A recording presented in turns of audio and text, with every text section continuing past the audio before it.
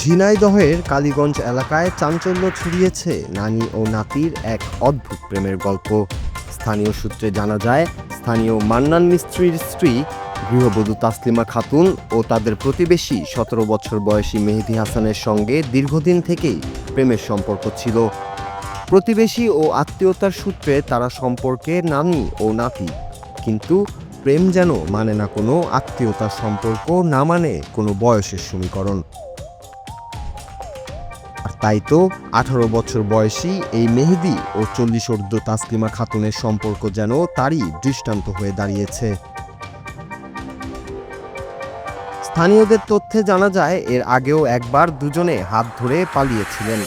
গত বছরের মাঝামাঝি সময়ে প্রেমের টানে ঘর ছেড়ে একসাথে 13 দিন পালিয়েছিলেন আলোচিত এই যুগল।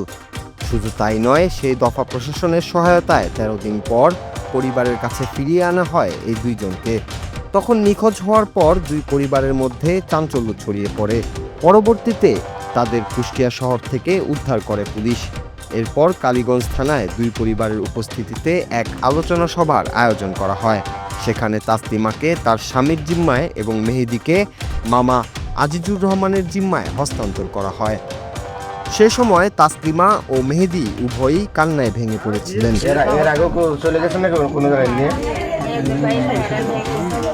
কিন্তু কোনো কিছুই তাদের প্রেমকে থামাতে পারবে না, এমনটাই যেন প্রতিজ্ঞা করেছিলেন এই যুগল।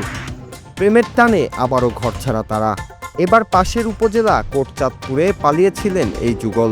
তাদের প্রেমের এমন রোমাঞ্চকর প্রত্যাবর্তন দেখে এলাকাবাসীরাও হতবাক।